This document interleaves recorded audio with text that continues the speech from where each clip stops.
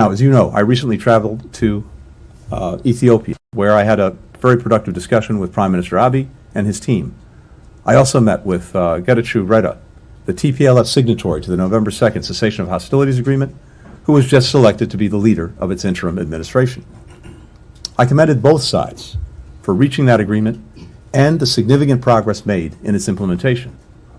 With this agreement in place, the fighting is stopped. Humanitarian assistance is flowing. Services are being restored. Human rights in northern Ethiopia are significantly down. Eritrean forces are leaving.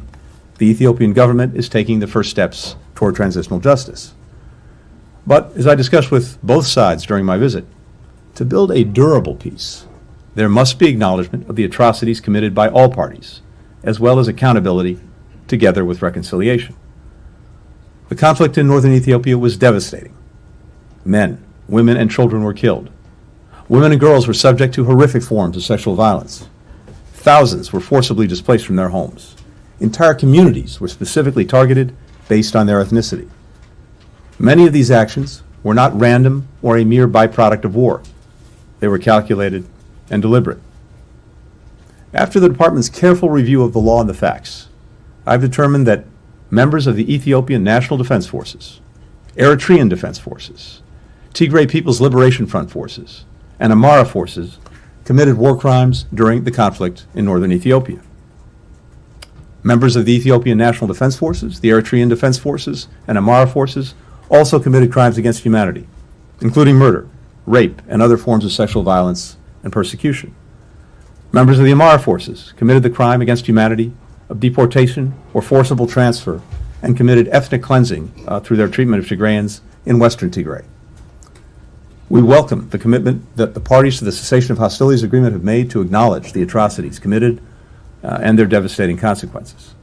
The government of Ethiopia is taking the first steps by publicly releasing a detailed green paper of transitional justice options based upon best practices and building upon the experiences of other states emerging from periods of mass violence.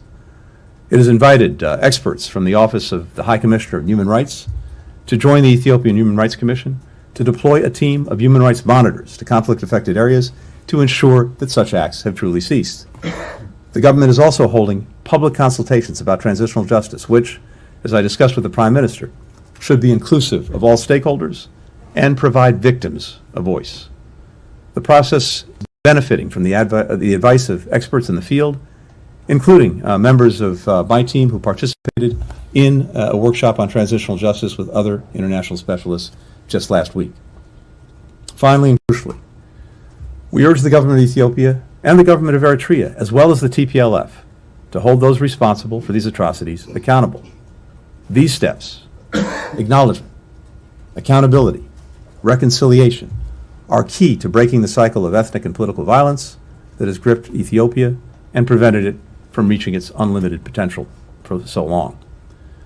The United States will partner with Ethiopia as it implements a credible transitional justice process for the benefit of all victims and affected communities.